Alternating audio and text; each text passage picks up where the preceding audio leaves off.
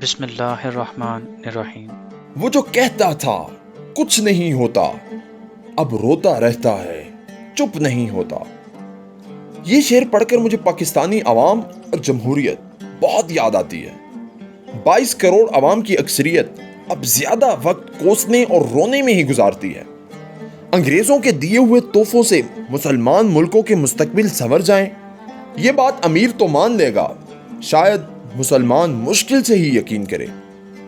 دوستو، مجھے انگریز کی ذہانت پر ہمیشہ سے شک رہا ہے کہ شاید کہ یہ میرا وہم ہو، مگر پتہ نہیں مجھے کیوں لگتا ہے کہ ان کی ایجادات کے پیچھے جو ٹیم موجود ہوتی ہے اس کے پیچھے بھی مسلمان ضرور ہوں گے۔ ایجاد تو سامنے آ جاتی ہے مگر ٹیم سامنے نہیں آتی، مگر کوئی غیر مسلم کا صرف نام ہی سامنے آتا ہے۔ مجھے یہ محسوس اس لیے ہوتا ہے کہ جو صلاحیت مسلمانوں کے پاس ہے شاید وہ کم لوگوں کے پاس ہو۔ یقین نہ آئے تو وہ وقت یاد کیجئے جب کرکٹ میں جوا اور حرام نہیں تھا۔ آپ نے دیکھا ہوگا کہ اس زمانے میں ہمیں ہیرے گلیوں میں نظر آتے تھے، جس کو بھی اٹھا کر ٹیم میں ڈالتے وہ دنیا کو ہرا کر رکھ دیتا، اور اب جیسے ہی حرام اور جوا عام ہوا یہ جوہر نایاب ہو گیا۔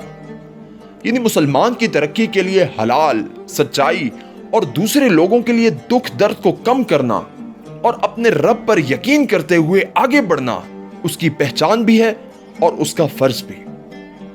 آج جو ہم ہر وقت پریشان ہیں تو وجہ صاف ہے، نہ رب کی ماننا، نہ حلال حرام کی پہچان کرنا، اور نہ ہی سچائی کے راستے پر چلنا۔ دنیا کا سب سے بڑا راز یہ ہے کہ ہمارے پاس تو دماغ ہے مگر ہمارے دماغ کے پاس کوئی دماغ نہیں۔ کسی فلاسفر کا یہ قول پڑھ کر مجھے اپنی قوم پر ہنسی آتی ہے، اور یہاں مجھے بس انگریز کی ذہانت یا کہہ لیں سیاسی ذہن پر تھوڑا یقین آتا ہے کہ ان میں بھی تھوڑی بات ہے، کیونکہ وہ اس مسلمان ملک کو 74 سالوں میں ایسی لیڈرشپ دے کر گئے ہیں کہ اگر 74,000 سال بھی ایسے لیڈر رہے تو یہ قوم ایسے ہی روتی رہے گی اور چپ نہ ہو سکے گی۔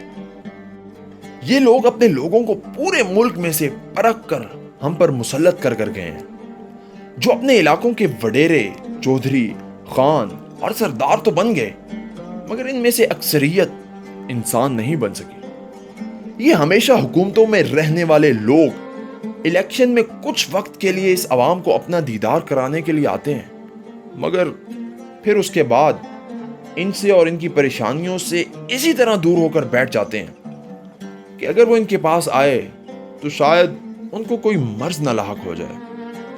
ان کو دیکھ کر مجھے ایک واقعہ یاد آ گیا ہے۔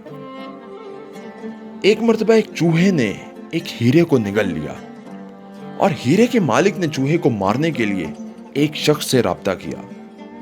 جب شکاری چوہے کو مارنے کے لیے پہنچا تو وہاں 1000 سے زیادہ چوہے اکٹھے تھے، مگر ایک چوہا سب سے الگ بیٹھا تھا۔ شکاری نے سب سے الگ بیٹھے چوہے کو دیکھا اور اسے مار ڈالا، اور مالک حیران تھا کہ یہ وہی چوہا تھا کہ جس نے ہیرا نگل لیا تھا۔ حیران ہو کر ہیرے کے مالک نے پوچھا، آپ کو کیسے پتا چلا کہ یہ وہی چوہا تھا؟ شکاری نے جواب دیا، بہت آسان، جب کم ظرف امیر ہو جاتے ہیں یا معاشرے میں کوئی مقام پاتے ہیں تو وہ دوسروں کے ساتھ میل ملاپ چھوڑ دیتے ہیں۔ مجھے یقین ہے کہ اب آپ لوگوں کو ان کم ظرفوں سے اتنا گلہ نہیں رہے گا، کیونکہ یہ لوگ اپنی اوقات دکھانے سے باز نہیں آتے۔ بس آپ کو ان چوہوں سے بچنے کی راہ ڈھونڈنی ہے۔